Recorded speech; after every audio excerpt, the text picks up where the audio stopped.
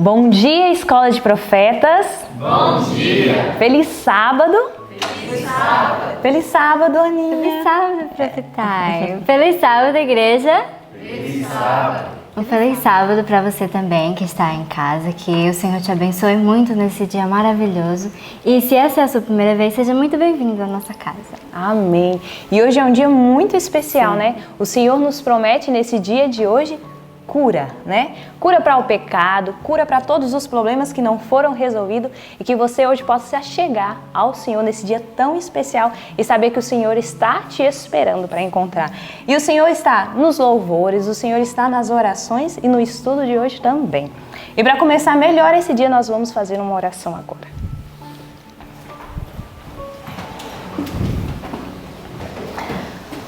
Oremos.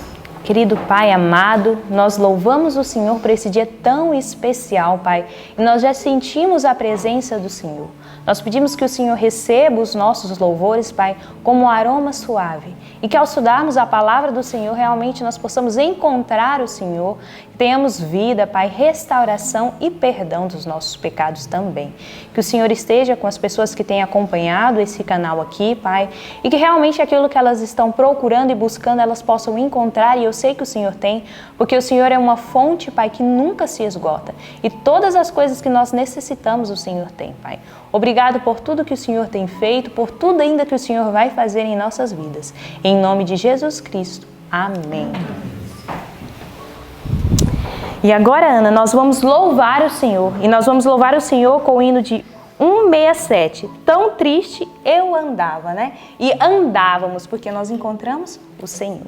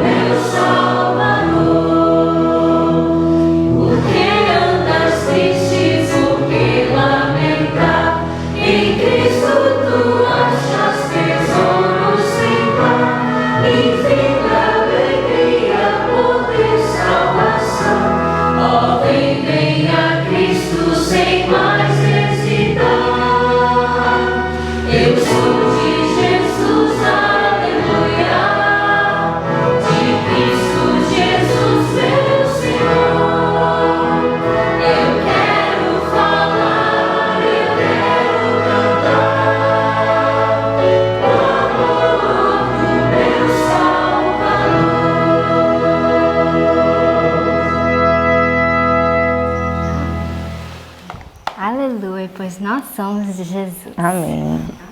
Neste momento, chegou a hora dos versinhos que a gente decora, que já está decorado no nosso coração, né? É verdade, hoje é o último dia, né? Último dia. Vamos lá, Lucas 1:20. No 3, 1, 2, 3. Lucas 1:20. E eis que ficarás mudo, e não poderás falar, até o dia em que essas coisas aconteçam, porquanto não crestes nas minhas palavras, que a seu tempo se hão de cumprir. Lucas 1:20. Lucas 1:20. E eis que ficarás mudo, e não poderás falar, até o dia em que essas coisas aconteçam, porquanto não creste nas minhas palavras, que a seu tempo se hão de cumprir. Lucas 1:20. Lucas 1:20. E eis que ficarás mudo, e não poderás falar, até o dia em que essas coisas aconteçam, porquanto não creste nas minhas palavras, que a seu tempo se hão de cumprir. Lucas 1:20. Amém, louvado seja Deus. E agora nós vamos ficar com o estudo. Que o Senhor Jesus Cristo te abençoe e que você tenha um bom dia. Até amanhã. Bom dia para você que está aí do outro lado, bom dia para você que está nos acompanhando. Há tanto tempo já estamos juntos, né? Se você parar para pensar, nós já estamos finalizando o livro Patriarcas e Profetas e até aqui o Senhor nos ajudou para que fôssemos fiéis, né? Em cumprir aquilo que está no ano bíblico. E quantas coisas da Bíblia nós já lemos, não? Quanta história nós já aprendemos, quantas lições o Senhor Deus já deu ao nosso coração. E hoje não será diferente, hoje nós temos mais uma parte da Bíblia, mais uma parte da história do povo de Deus para meditarmos e aprendermos qual é a maneira certa de se viver. E hoje nós estamos centralizados nos capítulos, nos finaizinhos dos capítulos de 1 Samuel, né? No capítulo 29 e 30. E também lemos o capítulo 1 do livro 2 Samuel. Tá bom? E agregado a isso, nós estamos também lendo o Patriarcas e Profetas, capítulo 68, Davi em Ziclag. E vamos aprender grandes coisas, não?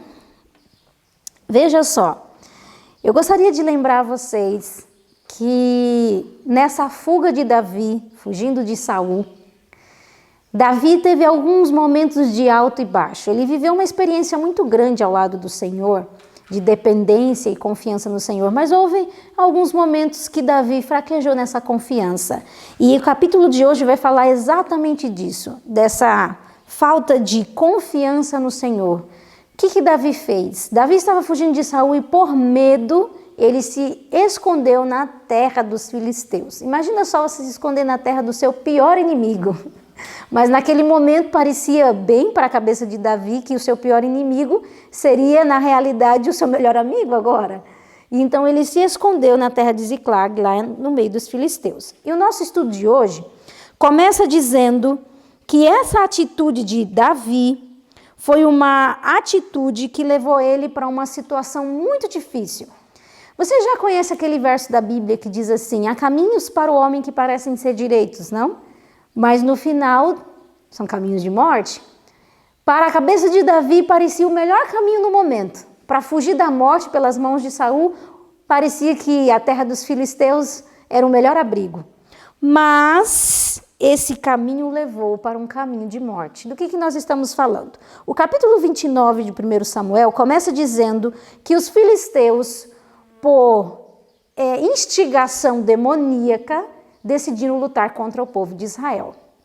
E lá estava Davi agora, sendo convidado a pelejar contra o seu próprio povo. Imagina que situação Davi agora estava. Ele estava envolvido entre a cruz e a espada. Se eu fugir, vou ser taxado como covarde, ingrato e traidor. Mas eu não posso lutar contra o povo do Senhor. Imagina isso. Como é que eu vou assumir um trono, sendo que eu entrei em luta contra o meu próprio povo? Davi agora estava num grande problema. E aqui nos diz, no livro Patriarcas e Profetas, a ação do mundo espiritual em favor daqueles que são fiéis ao Senhor. Porque embora Davi tivesse em seu coração fraquejado na confiança para com Deus, o texto nos diz que ainda era propósito do coração de Davi ser fiel a Deus. E como ele tinha esse propósito no coração, Deus poderia intervir a favor de Davi. Davi havia errado, mas agora que ele tinha percebido o seu erro, Deus, em sua infinita misericórdia, atuou em favor de Davi. para livrá-lo daquele erro. Olha só, o parágrafo que começa: Davi foi levado a compenetrar-se de que tinha errado o seu caminho. E diz o seguinte: mas o Senhor, em sua grande misericórdia, não castigou este erro de seu servo. Olha que interessante. Deixando-o entregue a si mesmo em sua angústia e perplexidade. Pois embora Davi, perdendo seu apego ao poder divino, houvesse vacilado e se desviado da senda da estrita integridade, era ainda o propósito de seu coração ser fiel a Deus. Olha que interessante. Deus, em sua misericórdia, ele atuou para livrar Davi desse tipo de situação. E o que foi que Deus fez? Diz que os filisteus estavam ocupados demais com os anjos do mal, influenciando a cabeça deles a lutarem contra o povo de Israel. E aí, os anjos do Senhor aproveitaram essa oportunidade e começaram a trabalhar na cabeça dos príncipes. E dizer assim: olha, melhor não levar Davi. E foi exatamente isso que aconteceu. Os príncipes não quiseram que Davi participasse dessa guerra.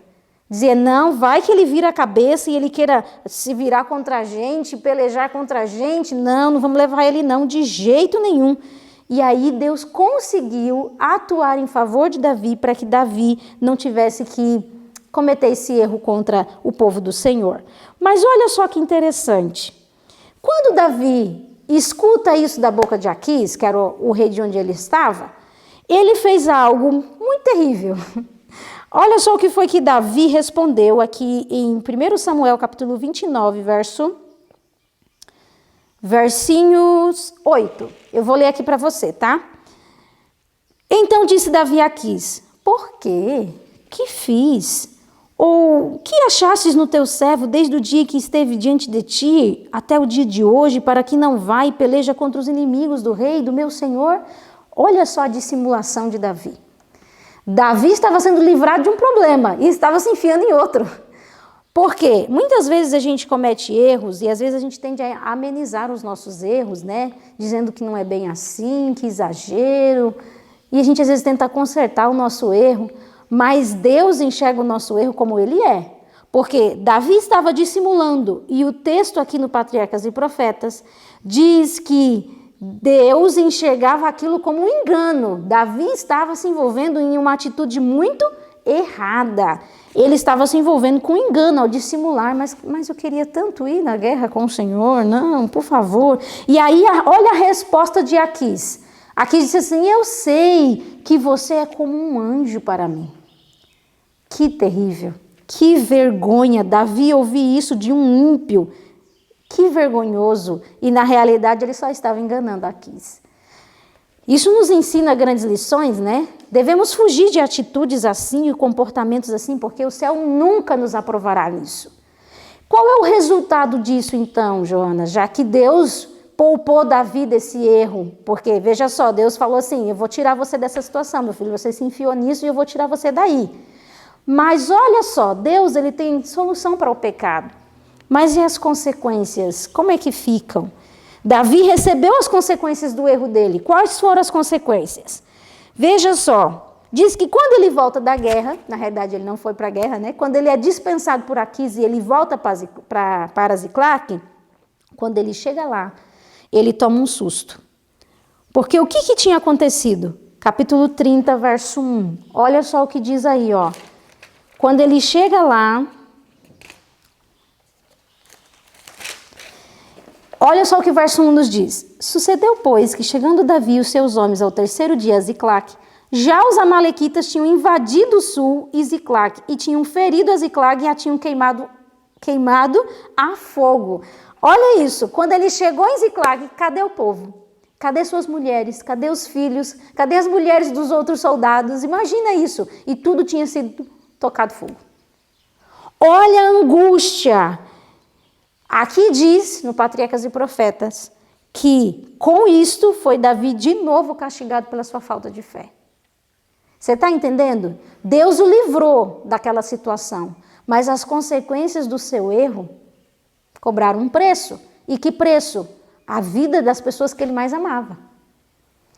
Então imagina isso. O texto vai nos dizer aqui em 1 Samuel que todos os homens que estavam acompanhados de Davi E, detalhe, homens que eram homens de guerra, homens bravos, valorosos, que carregavam no seu corpo cicatrizes, né, de grandes batalhas que haviam travado, diz que eles começaram a chorar e chorar muito. Se você olhar aqui o verso 4, olha só.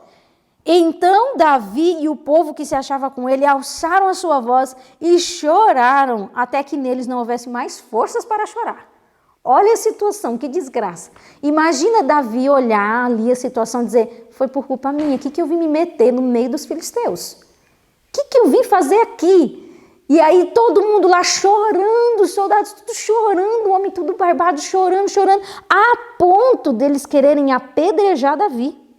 Eles queriam matar Davi, porque eles entendiam, você é o culpado disso daqui, dessa miséria que a gente está enfrentando. Olha que situação difícil.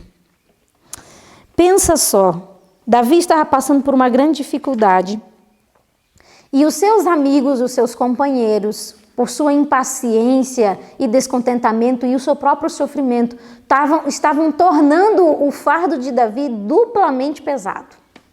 Você já parou para pensar que às vezes nós estamos enfiados em algum problema e as nossas atitudes tendem a aumentar o problema e não diminuir? Era isso que esses homens estavam fazendo? O texto aqui nos diz que agora Davi não tinha mais apoio humano nenhum.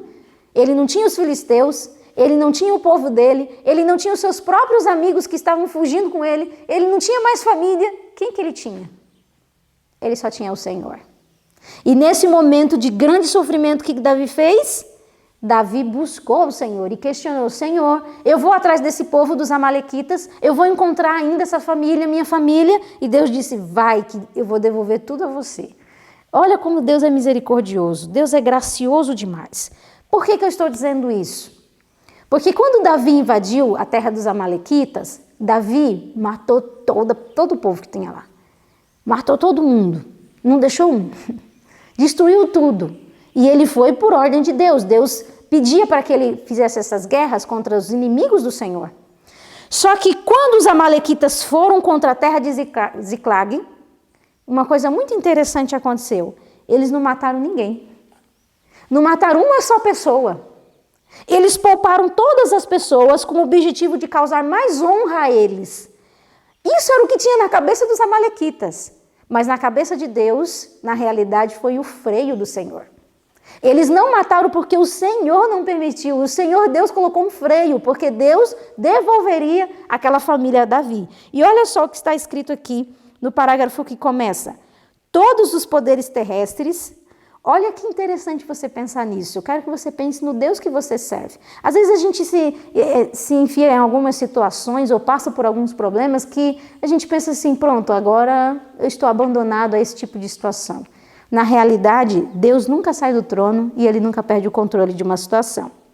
Olha o que o parágrafo diz. Todos os poderes terrestres estão sob o domínio do Ser Infinito. Amém, aleluia por isso. Ao mais poderoso governador, ao mais cruel opressor, diz ele, até aqui virás e não mais adiante. Qual é o poder que tem um governador, um presidente ou qualquer outra pessoa à frente do nosso Deus? Nenhum, porque ele só vai aonde Deus deixa.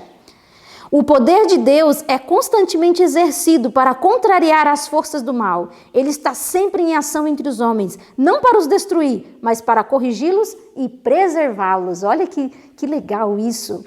Quando Deus manda, até o diabo obedece. E os amalequitas não matou ninguém, porque Deus disse, você não toca neles, eles são meus. E o que aconteceu? Davi saiu correndo atrás daquele povo. E dá-lhe correr, diz que foram tão rápidos, que alguns não conseguiram acompanhar a corrida. Alguns não conseguiram acompanhar de tão rápido que eles foram atrás dos amalequitas. E aí diz que alguns ficaram para trás, 200 homens ficaram para trás cuidando da bagagem.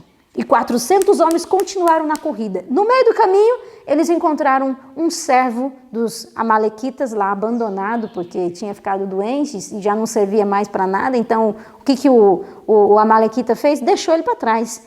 E ele estava já há 3 dias sem comer e nem beber. O que Davi fez? Alimentou, deu comida, deu água. E aí esse homem que eles ajudaram, auxiliou eles a encontrar o acampamento dos amalequitas. E quando chegou lá, aquilo que Deus disse se cumpriu. Ele venceu os amalequitas e trouxe de volta não só a sua família, mas um grande despojo. Um grande despojo. E aí o que aconteceu? Os 400 que foram para a guerra e pelejaram disseram assim, esses 200 que ficaram para trás, esses fracos, não, eles não vão receber nada não. Eles não foram para a guerra, eles não lutaram, o que eles querem receber alguma coisa? Que lindo foi ver a posição de Davi. Olha só, Davi pegou e disse o seguinte, ó, parágrafo que começa, com grande regozijo, os vitoriosos iniciaram a marcha em direção à sua terra. Chegando aos seus companheiros que tinham ficado atrás, os mais egoístas, desregrados, olha as características que a senhora White apresenta referente a esses 400 que não queriam repartir o despojo. Eles eram egoístas e desregrados. Insistiram em que aqueles que não tinham tomado parte da batalha não participassem dos despojos, que lhes bastava a cada um recuperar sua esposa e filhos. Mas Davi não quis permitir tal disposição. Não fareis assim, irmãos meus, disse ele, com o que nos deu o Senhor. Qual é a parte dos que desceram a peleja, tal também será a parte dos que ficaram com a bagagem. Igualmente repartirão. Assim foi resolvida a questão, e mais tarde tornou-se uma lei em Israel, que todos que com honra estivessem ligados a uma campanha militar devessem participar dos despojos, do mesmo modo que os que se acham empenhados no próprio combate. Olha que interessante. Que atitude louvável, não?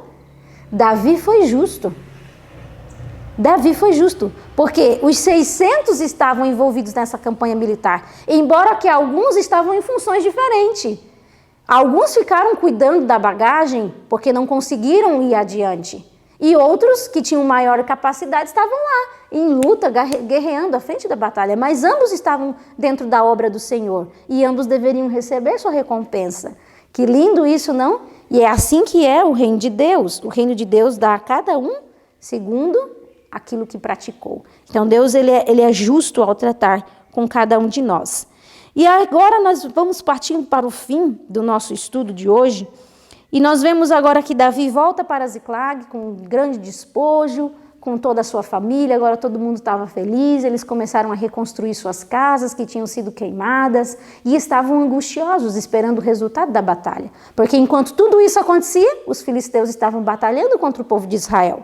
E diz que de repente entra pela cidade lá onde Davi estava, um rapaz com as roupas todas rasgadas, como alguém que estivesse fugindo da guerra.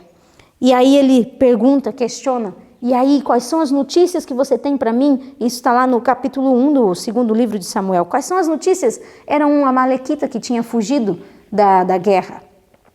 E aí ele conta uma história para Davi. Ele fala assim, eu estava lá passeando por Gilboa, onde estava acontecendo a guerra, e eu encontrei Saul. Saul estava caído em batalha, mas ainda estava vivo. E eu vi que ele não ia conseguir mesmo sobreviver e ele me pediu que eu o matasse e eu o matei. E está aqui a coroa dele. Imagina isso. O que será que esse homem queria ao dizer isso? Ele achava que Davi ia ficar muito feliz com a morte de Saul. Então ele quis ganhar uma vantagem, né? Ele quis dizer assim, agora chegou minha chance, né? De ser premiado, a ser o braço direito do rei, já que fui eu que matei o seu maior inimigo. Imagina só, que loucura. E aí ele contou uma mentira, achando que ia sair por cima, né, com aquela mentira. Você sabe, né? Os métodos de Satanás nunca trarão bênção nenhuma. Os métodos de Satanás não trazem vitória. E diz aqui o texto que Davi ficou extremamente sentido com aquela situação. Como assim você teve coragem de levantar a mão contra o ungido do Senhor? Eu tive 2 chances de fazer isso e eu não fiz? E você fez, um estrangeiro. Meu filho, após eu vou dizer para você uma coisa. O teu sangue será cobrado. E ele mandou matar o amalequita. Que terrível, não? Alguém que queria tirar vantagem e acabou se dando mal. Isso nos revela que o método dos Satanás nunca vai dar certo. Nunca vai dar certo. Às vezes pode até demorar um pouquinho, mas nunca vai dar certo. E aqui, o final do estudo nos diz que a dor de Davi pela morte de Saul era verdadeira. E eu fiquei pensando muito nisso. Como pode alguém sofrer pela morte do seu inimigo?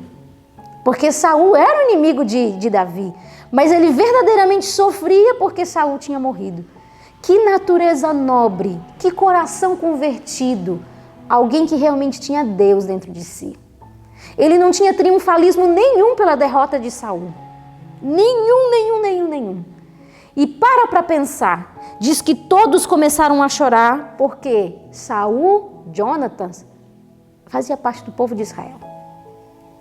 Você consegue parar para pensar nisso? Às vezes nós vemos alguns dos nossos caindo na grande batalha da vida e nós não sentimos nem compaixão, nem pena. Pelo contrário, a gente escancara isso para o mundo e a gente acaba judiando mais ainda da pessoa que está caída lá no combate da vida. E Davi não tinha essa natureza, porque Davi era convertido ao Senhor. E ele ficou realmente sentido pela morte de Saul e pela morte de Jonatas. E foi nesse momento que ele compôs um cântico. E que cântico foi esse? Um cântico de lamentação pela morte de seu inimigo.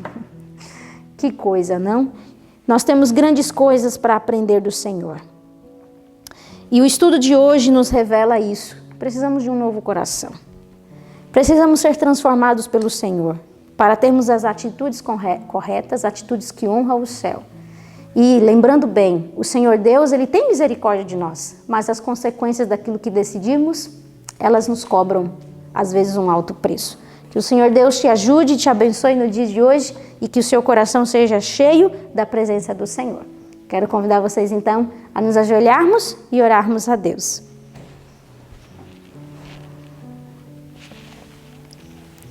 Querido Deus e nosso Pai, que importante é termos essas lições do passado, lições que nos mostram qual o caminho seguir e qual o caminho evitar. Nós aprendemos hoje que a mentira, Senhor Deus, nunca trará benefício nenhum para o Teu povo, que o Senhor requer de nós a veracidade em qualquer situação, em qualquer circunstância. Ajuda-nos a termos esse tipo de caráter, esse tipo de firmeza, Senhor, de nos posicionarmos pela verdade, ainda que isso custe a nossa vida. Também aprendemos, Pai amado, que o nosso coração precisa ser convertido, Senhor. Porque quantas vezes nós vemos o mal acontecendo com o nosso amigo do lado e às vezes sentimos prazer pela derrota do outro.